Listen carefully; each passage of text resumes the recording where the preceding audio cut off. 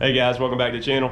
Since my last video, I have been doing some tuning on the Valiant and just trying to sort things out. I found a few things I want to talk to you about, then we'll go for a ride. So after the last video, the car was running a little funny, and what I found was it was going real rich on acceleration. So I just decided to take the tube off and run it NA, and I left the hat on it, but it was still going rich. So I was looking at some of the other parameters in the FiTech, couldn't really find anything, and I thought it was a learning issue. So what I did is I went and bought some more spark plugs. I just bought some stock Champion plugs since I was running NA, put those in it and see if it made any difference over the NGKs that were a colder plug. Didn't make a difference. So I tried just getting it to learn, just kept driving it, wouldn't learn. So one of the old Engine Master videos came to mind and pointed me in the direction of the hat for the carburetor, or the fuel injection in my case. So this is the hat that I've been running, and it has the blow-off valve in there, welded to it. And as you can see, it's a low profile unit. And I went ahead and took this off with just the throttle body on there, and it ran so much better. So with the draggy, I went and bought a draggy, and it's up here. It was running like a 912 1/8 mile, something like that, which isn't great, but it's decent. I think there's room to work there. Whenever I took that carb hat off and was just running it wide open, brought it down to an 890, 891 I think. So 2/10 off, and the rich issue went away.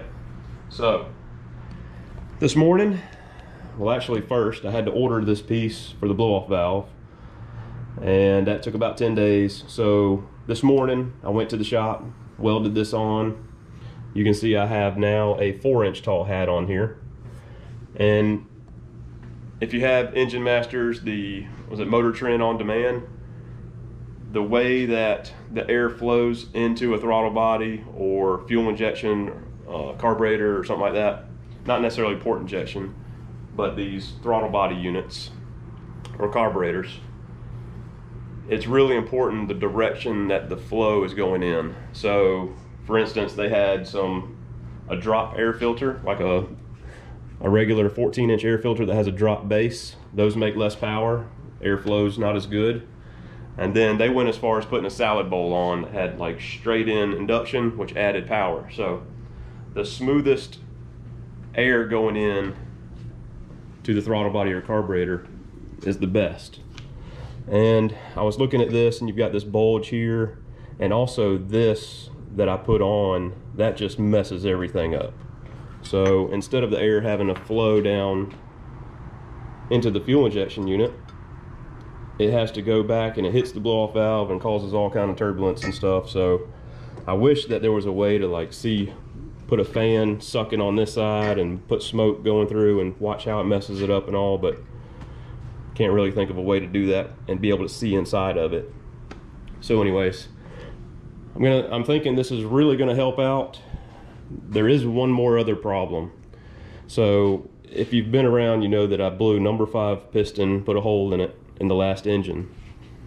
Well, the spark plug just looked really lean, and so these are the spark plugs that I ran just for about 20 miles. This is number 5, and you can see like there's heat getting into the strap all the way back here, and there's really not any fuel on it.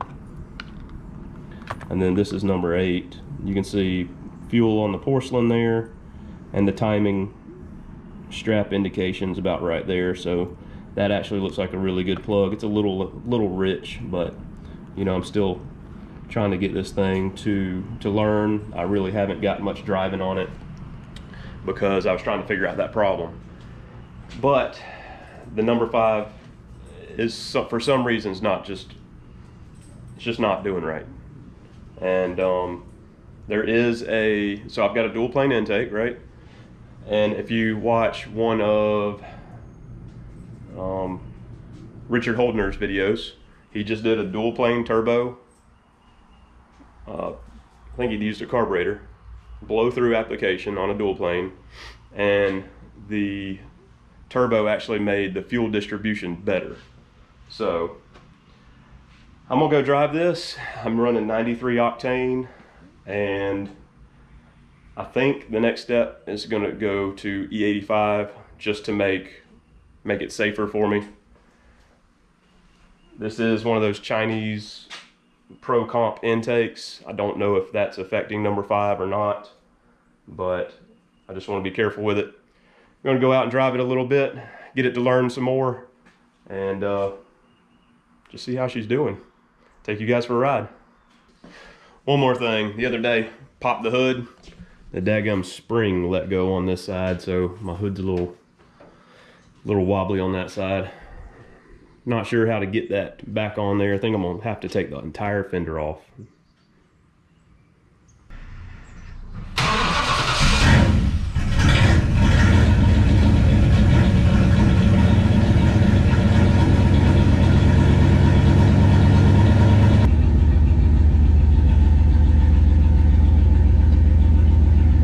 No mirror on the right side. Gets me every time.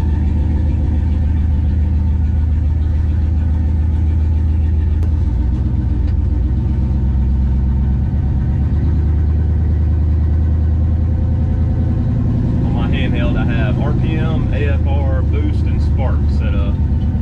Really watching the AFR and the spark the most. See what happens. Still not at temperature, so we're just gonna cruise a little bit.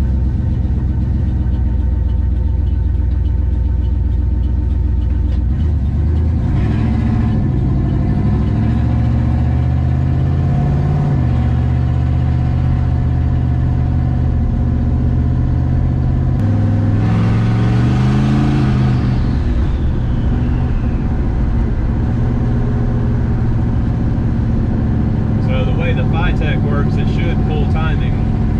I have 34 degrees total for NA, but it should pull that out whenever it sees boost.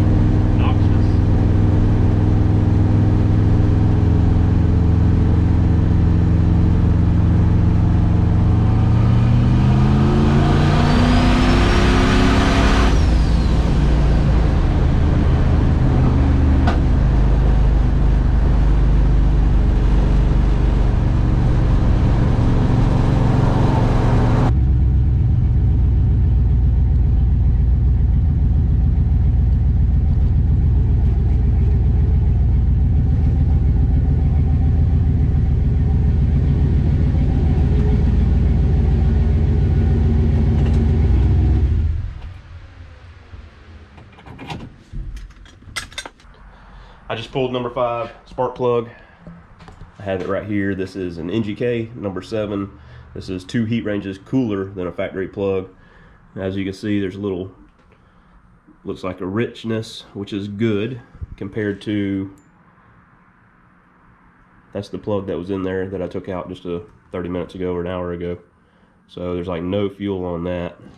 We're showing a little fuel on this one, so I'm feeling better about it, but still gonna keep an eye on it. All in all, happy the way she's running. Got a little bad news a couple weeks ago.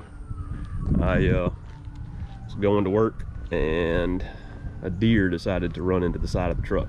I didn't hit him, he hit me and knocked in the door, the fender, a little bit of the bed right there. I was able to get some of it out, but daily drivers getting old. 258,000. And there's a little something I picked up the other day, yesterday actually. Y'all find out about that later. That's gonna be for the channel. So hope you guys are enjoying this. Car's getting better and better. I'm gonna keep working on it. If you guys have any ideas on the number 5, why I'm having issues, kind of looks better right here though. But go ahead and let me know what you think. I know the hat's working better. Maybe that's gonna be better for fuel distribution number 5. Not sure about that intake manifold. Like I said, dual plane manifold is fine for turbo based on the dyno session that I watched the other day, so we don't have to worry about that. Anyways, hope you guys enjoyed. We'll see you next time.